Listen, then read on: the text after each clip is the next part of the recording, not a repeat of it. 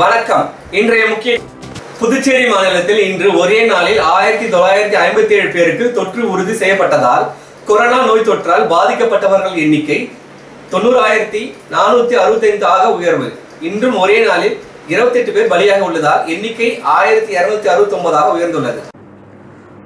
புதுச்சேரியில் நாளுக்கு நாள் கொரோனா நோய் தொற்று அதிகரித்து வருகின்றது.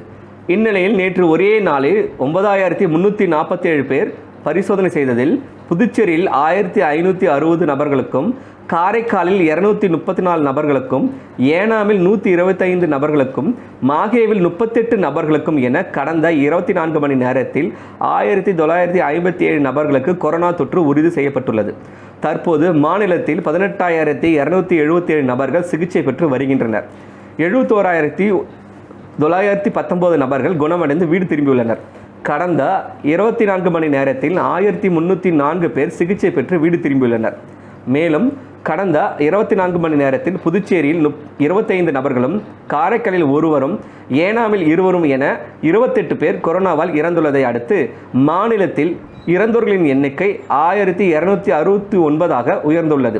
தற்போது வரை புதுச்சேரி மாநிலத்தில் மொத்தமாக 91,465 நபர்கள் கொரோனாவால் பாதிக்கப்பட்டுள்ளனர். இதுவரை 2,34,313 பேர் கொரோனா தடுப்பூசி செலுத்த உள்ளதாகவும் புதுச்சேரி சுகாதாரத்துறை தெரிவித்துள்ளது.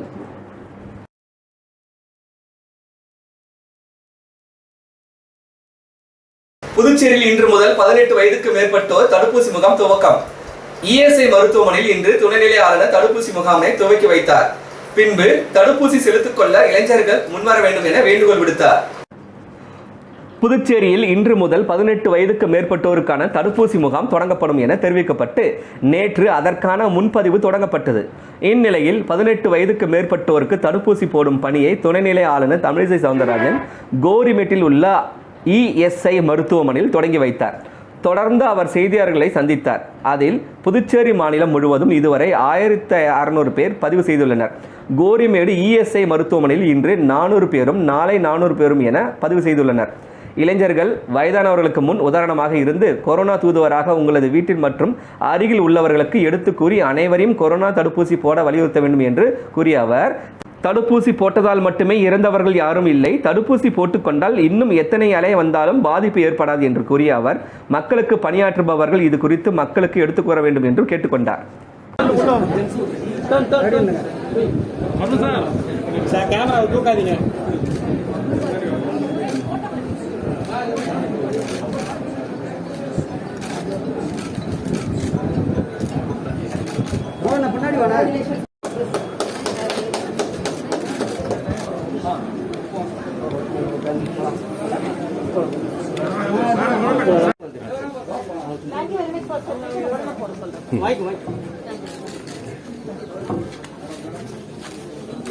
அவங்க அந்த இதுக்குள்ளே போட்டு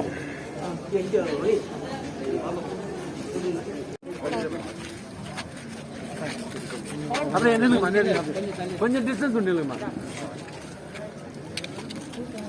பார்த்தா சொல்ல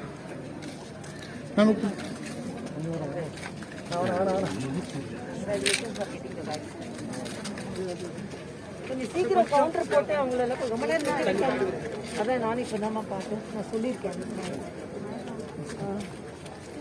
ஒரு ஆறுதலான செய்தி, 18 வயதிற்கு மேற்பட்டவர்களுக்கு இன்று புதுவையில் தடுப்பூசி ஆரம்பிக்கப்பட்டிருக்கிறது.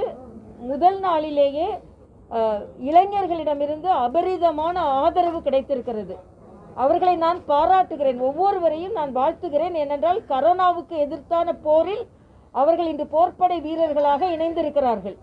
இன்றைக்கு மட்டும் இந்த இடத்துல மட்டும் 400 பேர் பதிவு செய்திருக்கிறார்கள். புதுவை முழுவதும் 1600 பேர் பதிவு செய்திருக்கிறார்கள். இந்த இடத்துல நாளைக்கு 400 பேர் பதிவு செய்திருக்கிறார்கள். அழகாக பதிவு செய்துவிட்டு வரிசையில் நின்று போட்டுக்கொண்டு போகிறார்கள். நான் இந்த இளைஞர்களுக்கு சொல்ல வேண்டியது ஒன்று, நீங்கள் பெரியவர்களுக்கு முன்னுதாரணமாக இருங்கள். நீங்கள் அனைவரும் கரோனா போர்ப்படை தளபதிகளாக மாறி கரோனா அம்பாசிடர்ஸ், அதாவது தூதுவர்களாக உங்கள் வீட்டில் உள்ள, பக்கத்தில் உள்ள, ஊரில் உள்ள பெரியவர்களுக்கு ஊசி போடுவதற்கு, தடுப்பூசி போடுவதற்கு ஊக்கத்தையும் ஆக்கத்தையும் தர வேண்டும். அதனால் இங்கே வந்திருக்கின்ற ஒவ்வொரு இளைஞரும் நீங்கள் 45 வயதிற்கு மேற்பட்டவர்களுக்கு தடுப்பூசி போடுவதில் ஒரு தயக்கம் இருக்கிறது. அந்த தயக்கத்தை போக்க வேண்டியது இந்த இளைஞர்கள். ஏனென்றால் நான் நினைத்ததை விட இளைஞர்கள் தைரியமாக துணிச்சலாக வந்து போட்டுக்கொண்டிருக்கிறார்கள். அப்பொழுது அவர்களுக்கு சமூக அக்கறையும் கடமையும் உணர்ந்தவர்களாக இளைஞர்கள் இருக்கிறார்கள். இதே மாதிரி ஊசி போடுவதற்கு நீங்கள் திரண்டு வருவதைப் போல மாஸ்க் போடுவதற்கும் வீட்டை விட்டு வெளியே வராமல் இருப்பதற்கும் இளைஞர்கள் முயற்சி செய்ய வேண்டும் என்பது எனது தாழ்மையான கருத்து. உங்களுக்கு ஒரு அரை மணி நேரத்தில் ஏதாவது அலர்ஜி வர்றதுக்கு வாய்ப்பு இருக்கு. ஊசி போட்டதால் மட்டுமே பிரச்சனை வந்தவங்க யாருமே கிடையாது.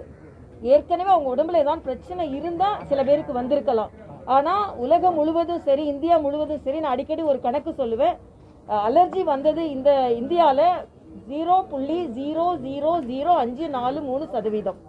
அதனால் தடுப்பூசி போட்டதால் மட்டுமே இறந்தவர்கள் யாரும் கிடையாது. ஆனால் கரோனாவால் பாதிக்கப்பட்டவர்கள் லட்சக்கணக்கான பேர் இறந்திருக்கிறார்கள். ஆக இதை மனதில் வைத்துக்கொண்டு நாம் கரோனா தடுப்பூசி போடணும். ஏன் இப்போ தடுப்பூசி போடணும்னா, இந்த ஒரு அலை இல்லை, இது 2வது அலையை தாண்டி 3வது அலை வருன்றாங்க, 4வது அலை வருன்றாங்க, 5வது அலை வருன்றாங்க. அதனால் இப்போவே நம்ம போட்டு வச்சுக்கிட்டா அதற்கு பின்பு வருகின்ற அலைகளை பற்றி நாம் கவலைப்பட வேண்டாம் என்பது எனது கருத்து. புதுவை மாநிலம் கிருமாவாக்கம் பகுதியில் 2 லட்சம் ரூபாய் மதிப்புள்ள கள்ள சாராயம் பறிமுதல் செய்து கலால் துறையிடம் ஒப்படைக்கப்பட்டு கடத்தலில் ஈடுபட்டவர் மீது கிருமாவாக்கம் போலீசார் வழக்கு பதிவு செய்து விசாரணை நடத்தி வருகின்றனர். புதுவை மாநிலம் கிருமாம்பாக்கம் பகுதியில் பரவலாக கள்ளச்சாராயம் விற்பனை நடைபெற்று வருவதாக கிருமாம்பாக்கம் பகுதி போலீசாருக்கு ரகசிய தகவல் கிடைத்தது. இதனை அடுத்து தெற்கு பகுதி காவல் கண்காணிப்பாளர் லோகேஸ்வரன் தலைமையில் பாகூர் வட்ட ஆய்வாளர் வரதராஜன் மற்றும் கிருமாம்பாக்கம் உதவி ஆய்வாளர் முருகானந்தம் ஆகியோர் தலைமையில் ரோந்து பணியில் ஈடுபட்டிருந்த பொழுது பாகூர் அடுத்துள்ள உச்சிமேடு பகுதியைச் சேர்ந்த அலெக்சாண்டர் என்பவர் கிருமாம்பாக்கம் பகுதியில் கள்ளத்தனமாக 2 லட்சம் ரூபாய் மதிப்புள்ள கள்ளச்சாராயத்தை பதுக்கி வைத்திருப்பது தெரிய வந்தது. இதனை அடுத்து அவரிடமிருந்து 607 லிட்டர் எரிசாராயம் மற்றும் அதனை தயார் செய்வதற்கான உபகரணங்கள், பிளாஸ்டிக் கேன்கள், பாட்டில்கள் ஆகியவற்றினை போலீசார் அவரிடமிருந்து பறிமுதல் செய்து கலால் துறையிடம் ஒப்படைக்கப்பட்டு கடத்தலில் ஈடுபட்டவர் மீது கிருமாம்பாக்கம் போலீசார் வழக்கு பதிவு செய்து விசாரணை நடத்தி வருகின்றனர்.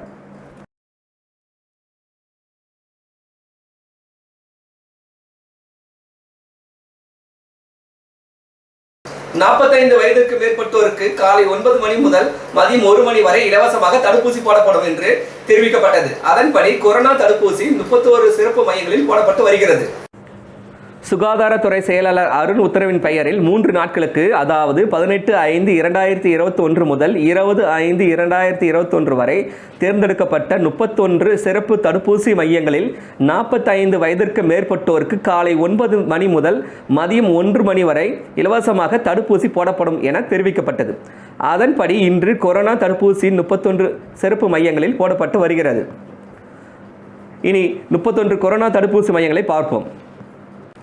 இமாக்குலேட் மகளிர் உயர்நிலைப்பள்ளி வில்லியனூர், ஸ்ரீ இண்டோக்கா சேரிட்டபிள் உயர்நிலைப்பள்ளி அரியூர், தீப ஒளி உயர்நிலைப்பள்ளி தொண்டமாநத்தம் ராமநாதபுரம், அரசு மேல்நிலைப்பள்ளி சேதராப்பட்டு, ஜவஹர்லால் மேல்நிலைப்பள்ளி கூடப்பாக்கம், மணிமேகலை அரசு மகளிர் மேல்நிலைப்பள்ளி கொசப்பாளையம், அரசு ஆரம்பப்பள்ளி கோவிந்த் சாலை உதீன் சாலை, தில்லையாடி வள்ளியம்மை அரசு உயர்நிலைப்பள்ளி கதிர்காமம் கோரிமேடு, சத்தியமூர்த்தி அரசு உயர்நிலைப்பள்ளி முருகப்பாக்கம், சங்கர வித்யாலயா மேல்நிலைப்பள்ளி ஈசிஆர் லாஸ்பேட், அரசு உயர்நிலைப்பள்ளி செல்லிப்பட்டு சூரப்பட்டு, அரசு நடுநிலைப்பள்ளி மண்ணாடிப்பட்டு, இந்திரா காந்தி அரசு மேல்நிலைப்பள்ளி காட்டேரிக்குப்பம், சுப்பிரமணிய பாரதி மேல்நிலைப்பள்ளி திருக்கனூர், வாசவி இன்டர்நேஷனல் பள்ளி எம்ஜி ரோட் முதலியார்பேட்டை, அரசு நடுநிலைப்பள்ளி பெரியார் நகர் முத்தியால்பேட்டை, அரசு தொடக்கப்பள்ளி கரையாம்புத்தூர், அரசு மகளிர் மேல்நிலைப்பள்ளி மடுகரை, கம்பன் அரசு மேல்நிலைப்பள்ளி நெட்டப்பாக்கம், அரசு ஆரம்பப்பள்ளி ஏரிப்பாக்கம் சூரமங்கலம், அரசு உயர்நிலைப்பள்ளி திருபுவனை, மகளிர் மேல்நிலைப்பள்ளி காலாப்பட்டு, சுப்பையா அரசு உயர்நிலைப்பள்ளி கம்பன் நகர் இடையார்பாளையம், அரசு மேல்நிலைப்பள்ளி சேதராப்பட்டு, தியாகி KR சுப்பிரமணிய படையாச்சி அரசு மேல்நிலைப்பள்ளி கிருமாம்பாக்கம், புரொஃபசர் அன்னுசாமி மேல்நிலைப்பள்ளி பாகூர், அரசு ஆரம்பப்பள்ளி கரையாம்புத்தூர், அரசு ஆரம்பப்பள்ளி காக்கியான் தோப்பு அரியாங்குப்பம், அரசு நடுநிலைப்பள்ளி அபிஷேகப்பாக்கம், அரசு ஆரம்பப்பள்ளி தவளக்குப்பம், அரசு ஆரம்பப்பள்ளி நரிமேடு, மேல் திருக்காஞ்சி உருவையாறு உள்ளிட்ட பகுதிகளில் தடுப்பூசி போடப்பட்டு வருகிறது. அதன் ஒரு பகுதியாக வில்லியனூர் பகுதிக்கு உட்பட்ட மாதா கோவில் அருகே உள்ள பள்ளியில் தடுப்பூசி முகாமை தொகுதி சட்டமன்ற உறுப்பினர் சிவா துவக்கி வைத்தார். முகாமில் சுகாதாரத்துறை மருத்துவர்கள் மற்றும் இளைஞர் அணி அமைப்பாளர் யூனிஸ் பாய் மற்றும் கட்சி நிர்வாகிகள் பொதுமக்கள் திரளாக கலந்து கொண்டனர்.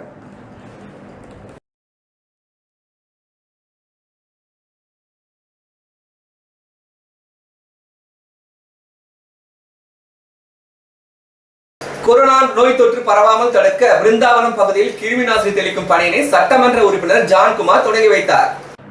காமராஜ் நகர் தொகுதிக்கு உட்பட்ட பிருந்தாவனம் வார்டு பகுதியில் தெருவிளக்கு பராமரிப்பு பணி மற்றும் நோய் தொற்று பரவாமல் தடுக்க கிருமி நாசினி தெளிக்கும் பணி பிருந்தாவனம் வார்டு பொறுப்பாளர் கோகுல் கண்ணன் தலைமையில் நடைபெற்றது.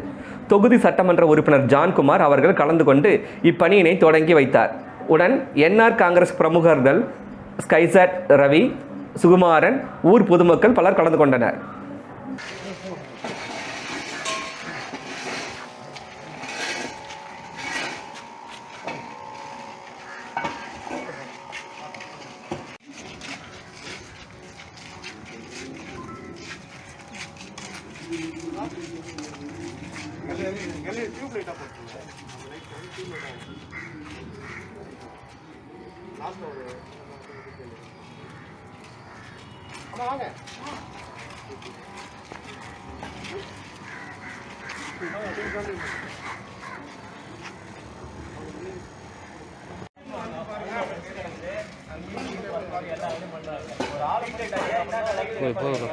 ஆரம்ப காலகட்டத்திலேருந்து இது வந்து பிரித்து விடப்பட்ட தொகுதியாக, ஏன்னா இது வந்து ஒரு 4 தொகுதிகளுக்கு அது ஒதுக்கப்பட்ட தொகுதியாக அந்த தொகுதி இருக்குது. எந்த ஒரு இன்ஃப்ராஸ்ட்ரக்சரும் இந்த காமராஜர் தொகுதியில் சரியில்லை. ஸோ இப்போ நான் கடந்த 1.5 வருஷத்துக்கு முன்னாடி எம்எல்ஏவுக்குள்ளே பார்க்கும்போது ஏகப்பட்ட ஒர்க் பேலன்ஸ் இருக்குது. இப்போ எம்எல்ஏ ஆகிட்டு பார்த்தா கொஞ்சம் கொஞ்சமாக சரி பண்ண வரும். முதல்ல இந்த சாரம், அதை அடுத்து இந்த பிருந்தாவனம், இந்த பகுதியெல்லாம் லைட் வசதிகள், மற்றபடி ரோடுக்கெலாம் சுத்தம் பண்ணுற வேலைலாம் பண்ணியிருக்கிறோம். இந்த லைட் வசதியில் எல்இடி லைட்லாம் மாட்டியிருக்கிறோம். இப்போ பொதுமக்கள் இந்த கொரோனா டைமில் ரொம்ப விழிப்புணர்வோடு எச்சரிக்கையாக இருக்கணும். சோஷியல் டிஸ்டன்ஸ் மெயின்டைன் பண்ணணும். மக்கள் விழிப்புணர்வோடு இருக்கணும். பல பேர் ஊசி போட்டுக்கிட்டு தயக்கம் காட்டுறாங்க. அது அவங்கள அரசாங்கம் என்ன சொல்லுதுன்னா, அந்த ஊசி போட்டுக்கொள்ளுங்கள், உங்களுக்கு பாதுகாப்பாக இருக்கும். ஏதோ ஒரு 2-3 இடத்துல சில சம்பவங்கள் நடக்கக்குள்ள மக்கள் ரொம்ப அப்செட் ஆகிடுறாங்க. இப்போ கிட்டத்தட்ட ஒரு 1 லட்சம் பேருக்கு இந்த ஊசியை போட்டாங்கன்னா அதில் ஒரு 500 பேர் 1000 பேர் பாதிக்கிறதுக்கு நேரு வீதி ஜவுளி வியாபாரிகள் சங்கம் துணைத் தலைவர் இசைக்கலைவன் விடுத்துள்ள கோரிக்கையில் கூறியிருப்பதாவது: புதுவையில் தற்போது கொரோனா நோய் தொற்று இன்னும் கட்டுக்குள் வராத நிலையில் மக்கள் தங்கள் வீட்டிலேயே அடங்கி இருப்பதை தவிர கொரோனா நோய் தொற்றிலிருந்து இருந்து நம்மை காப்பாற்றிக் கொள்ள வேறு வழி இல்லை என்பதை உணர வேண்டும்.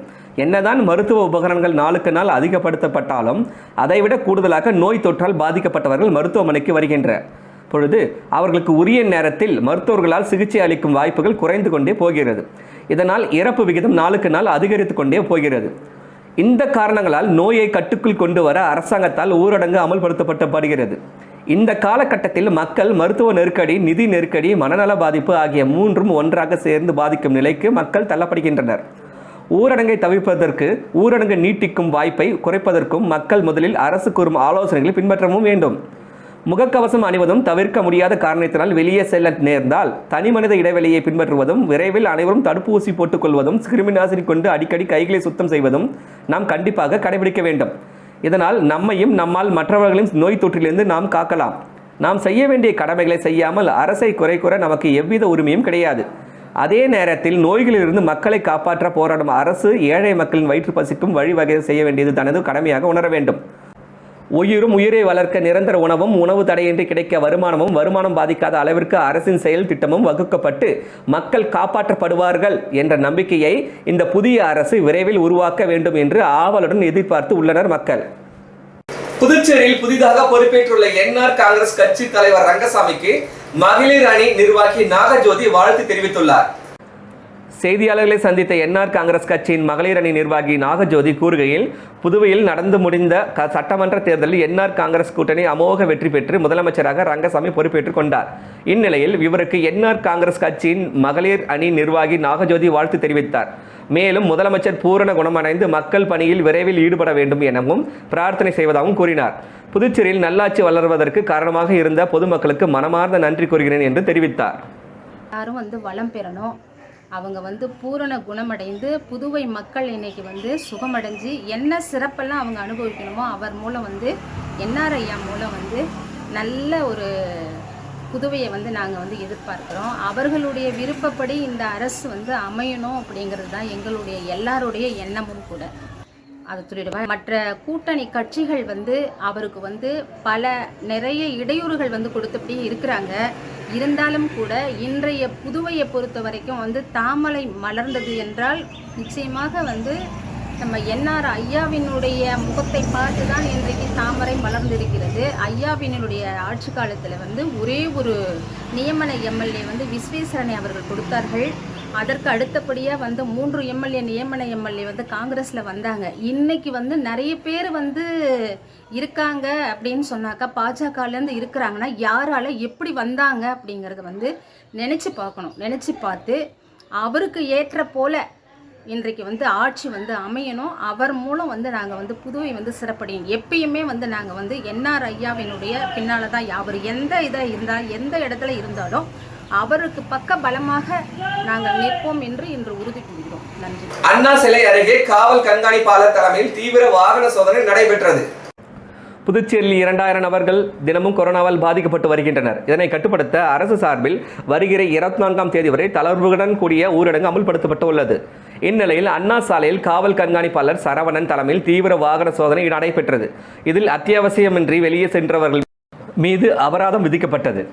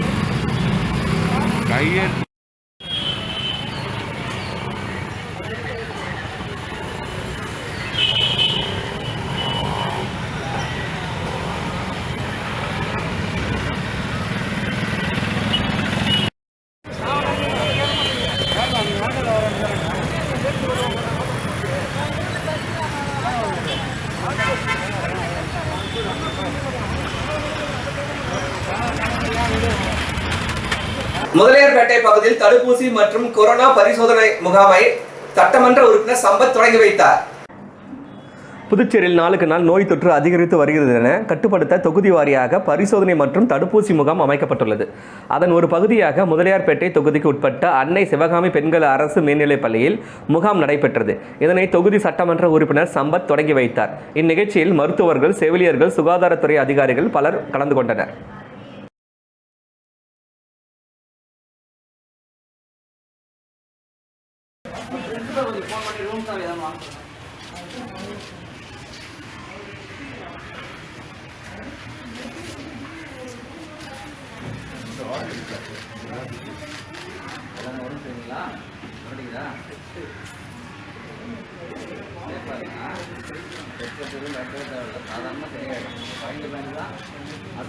புதுச்சேரி காங்கிரஸ் கமிட்டி அலுவலகத்தில் இறந்த காங்கிரஸ் முன்னாள் சட்டமன்ற உறுப்பினர் மற்றும் INTUC தலைவர் உருவப்படத்திற்கு அஞ்சலி செலுத்தப்பட்டது.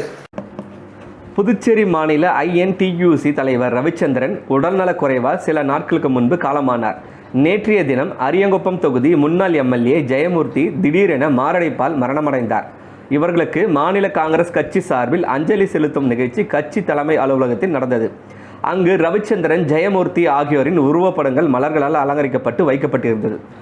உருவப்படங்களுக்கு முன்னால் முதலமைச்சர் நாராயணசாமி, மாநில காங்கிரஸ் தலைவர் AV சுப்பிரமணியன், MP வைத்திலிங்கம், சட்டமன்ற உறுப்பினர் வைத்தியநாதன் ஆகியோர் மலர் தூவி மலரஞ்சலி செலுத்தினர்.